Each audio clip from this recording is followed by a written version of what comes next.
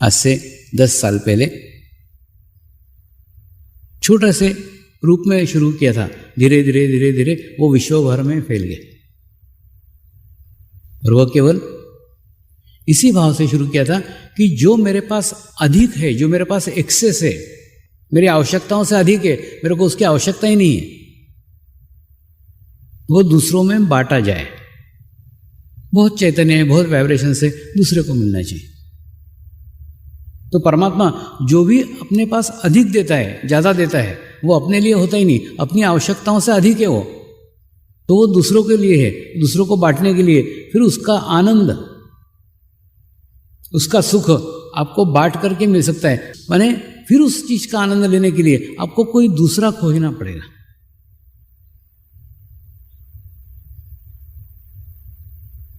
तो फिर 20 लोग रहते थे तो भी बताता था, 2 लोग रहते थे तो भी बताता था, 200 लोग रहते थे तो भी बताता था। तो संख्या का महत्व नहीं था, महत्व था कौन सुन रहा है, कितने सुन रहे हैं। ठीक है, होता है।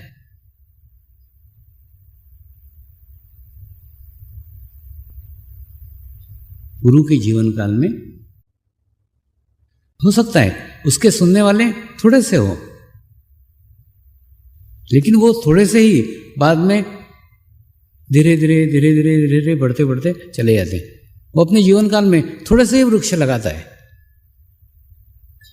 लेकिन वही वृक्ष बाद में बहुत बड़े वृक्ष के रूपांतरित होते हैं। तो समर्पण ध्यान में तो मेरे जीवन काल में लाखों वृक्ष लग गए हैं, लाखों पौधे लग गए हैं, तो बाद में कितने वृक्ष निर्माण होंगे आप कल्पना कीजिए। इसकी विशालता का आपको बिल्कुल भी अंदाजा नहीं है। और एक मंत्र के ऊपर सारे जुड़े हुए हैं। वो अलग अलग जाति के, अलग अलग धर्म के, अलग अलग देश के, अलग अलग रंग के, अलग अलग भाषा के।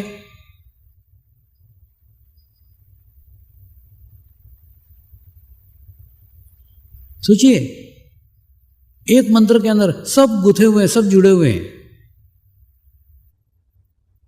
ये विभिन्न रत्नों की माला है जो एक धागे में पिरोई हुई है, वो है मंत्र। अलग अलग धर्मों के, अलग अलग समाजों के, अलग अलग देशों के सर्वश्रेष्ठ आत्माएं इस मंत्र के साथ जुड़ी हुई है। तो धीरे धीरे वो अपने अपने समाजों में, अपने अपने देशों में, अपने अपने राज्यों में उसका विस्तार करेगी। क्योंकि जैसे जैसे नाभि चक्र तक विकसित होते हैं, विकसित होने के बाद खुद ब खुद वो बाहर बहने ही लग जाता है। आप रोक ही नहीं सकते, आपको चैन ही नहीं पड़ेगा जब तक उसको आपने बांटा नहीं। खाना हजम नहीं होगा, कुछ ना कुछ करोगे, ये पूर्ण विश्वास है। और गुरु मंत्र के बाद है गुरु कार्य। गुरु कार्य को भी एक नए परिप्रेक्ष्य में समझने की आवश्यकता है। अगर समझोगे तो सारे मामले समाप्त हो जाएंगे, सारी समस्याएं समाप्त हो जाएंगी। गुरु कार्य यानी वह कार्य जो गुरु स्वयं करता है, हम सब माध्यम है। फिर से सुनिए, गुरु कार्य गुरु का कार्य है जो गुरु के द्वारा ही संपन्न होता है। हम सिर्फ माध्यम हैं, यानी हम करते ही नहीं, कर्ता का भाव ही नहीं है, हम करने के योग्य ही नहीं है, हम कर ही नहीं सकते।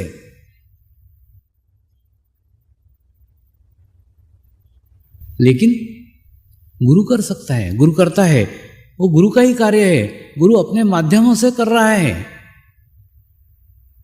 अब सोचिए ना,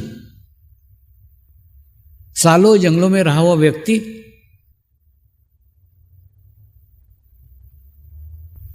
जिसका ना कोई भाषा से लेना देना है, ना कोई संस्कारों से लेना देना है, ना कोई मनुष्य से लेना देना है, ना कोई समाज से लेना देना है, समाज में भी कुछ भी उसका संबंध नहीं है। ऐसा व्यक्ति सालों जंगलों में रहने के बाद में समाज में आता है और समाज में आके एक व्यक्ति के माध्यम से हजारों लाखों लोगों तक अलग अलग स्थानों पे, अलग अलग देशों में, विश्व भर में वो संदेश पहुंचता है, वो अनुभूति पहुंचती है।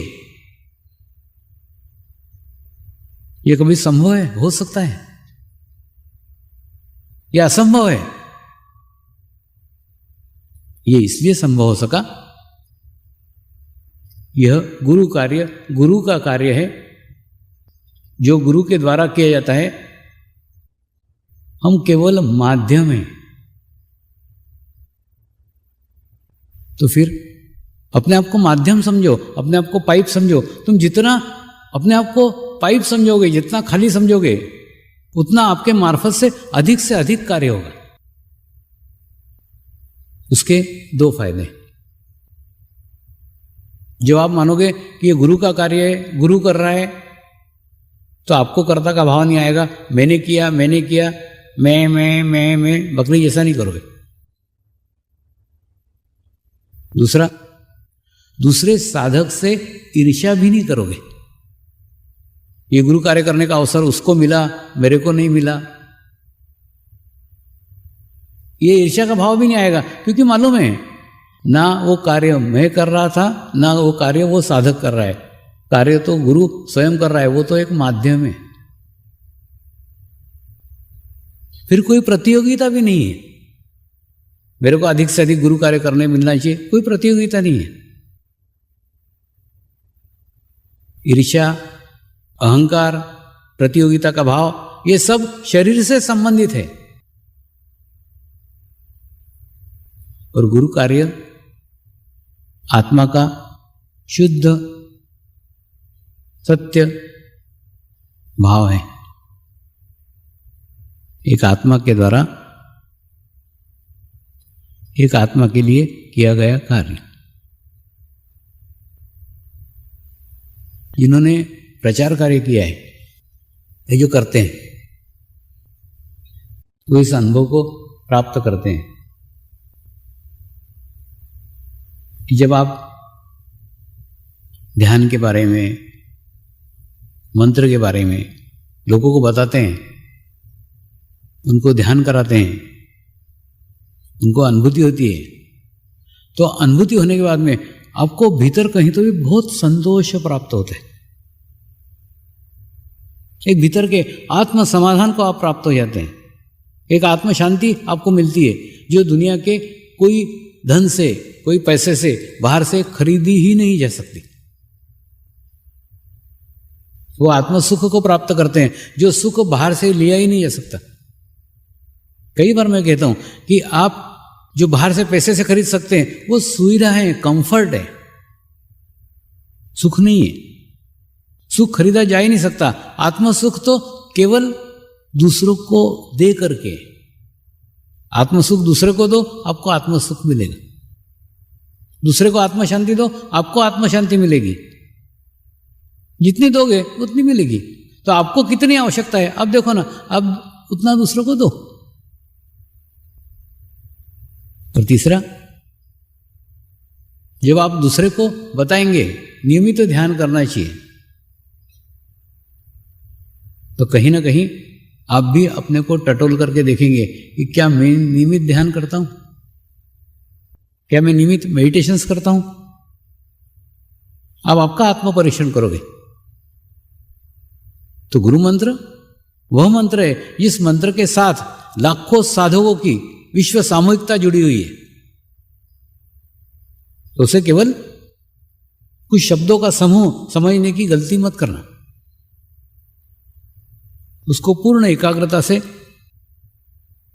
एकदम भीतर से, एकदम अंदर से, आत्मा से ग्रहण करो कि एकदम अंदर तक जाके बैठ जाए। जैसे ही अंदर जाके बैठ गया, एकदम भीतर तक पहुंच गया,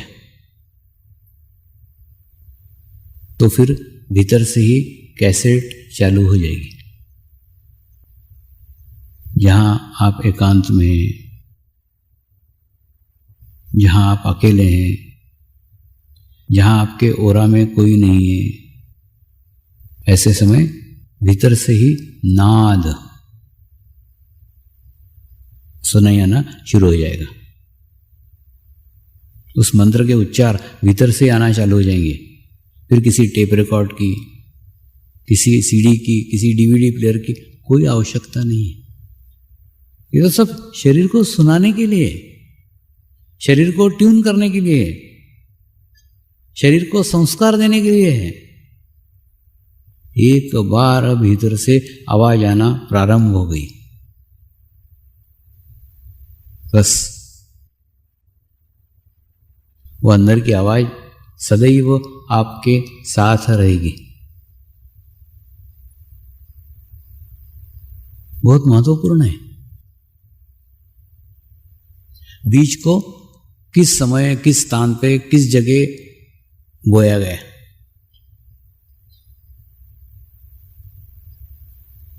उसको शुरुआती दिनों में कैसी देखभाल की गई है, ठीक वैसा ही गुरु मंत्र का है। गुरु मंत्र किस स्थान पे लिया गया, किस अवस्था में लिया गया, किस स्थिति में लिया गया, कितने महत्वपूर्ण तरीके से लिया गया, कितनी एकाग्रता के साथ लिया गया है, उसी के ऊपर निर्भर है आपने कितना आत्मसात किया। बहुत महत्व है। ये सब बातें मैं इसलिए कह रहा हूं कि वो तैयारी रख करके, वो स्थिति रख करके फिर आप उस गुरु मंत्र को ग्रहण करो, तो गुरु मंत्र आपके जीवन में एक नई दिशा प्रदान करेगा।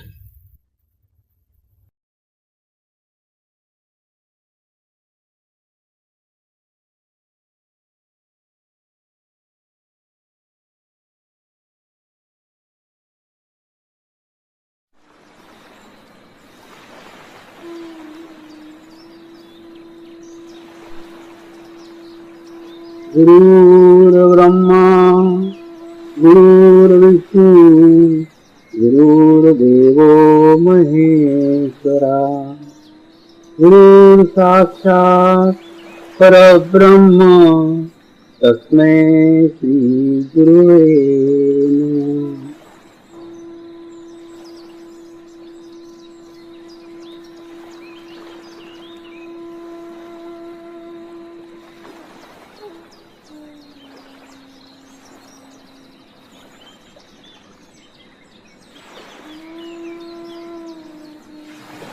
मेरे साथ ध्यान की शुरुआत करेंगे।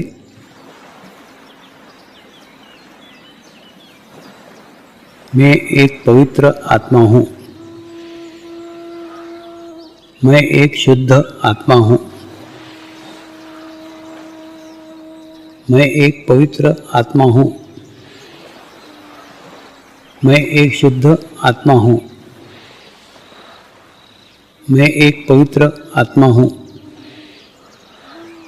मैं एक शुद्ध आत्मा हूं।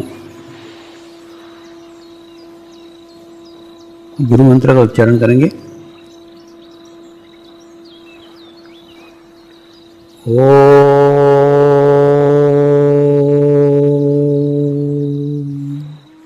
श्री शिवकृपानंद स्वामी नमो नमः। ओम श्री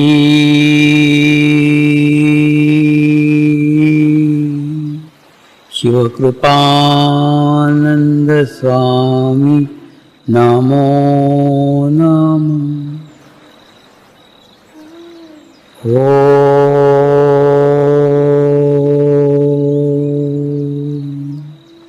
श्री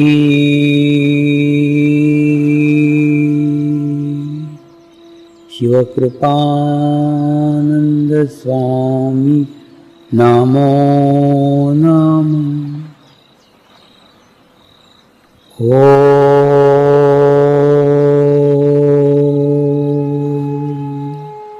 श्री शिव शिवकृपानंद स्वामी नमो नमः। ओम श्री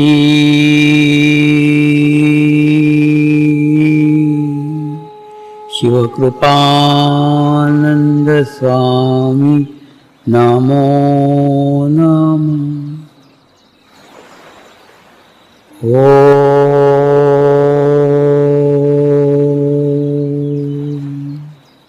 श्री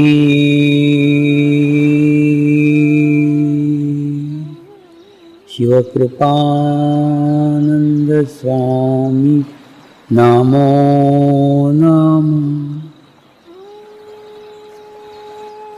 ओम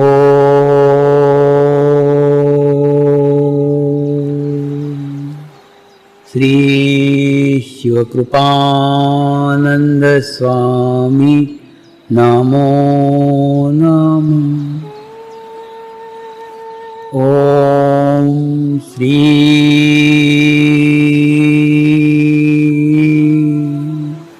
शिवकृपानंद स्वामी नमो नमः।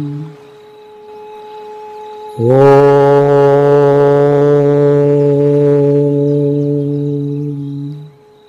श्री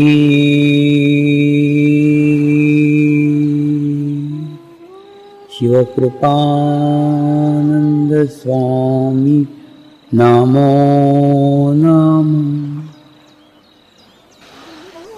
अपने चित्त को तालुआ को रख के ध्यान करें।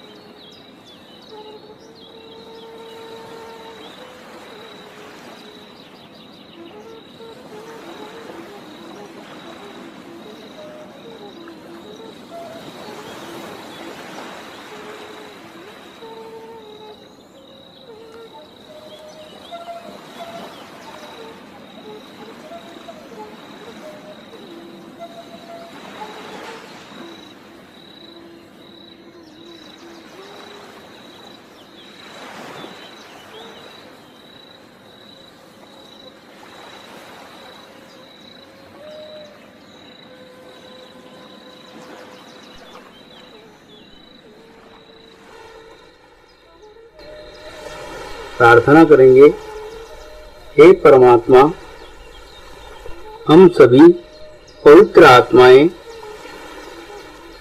आपको हृदय से प्रार्थना करते हैं कि सारे विश्व में शांति हो, सारे विश्व के आत्माओं की आध्यात्मिक उन्नति हो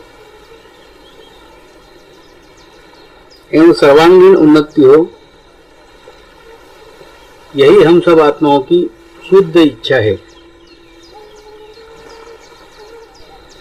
नमस्कार करेंगे।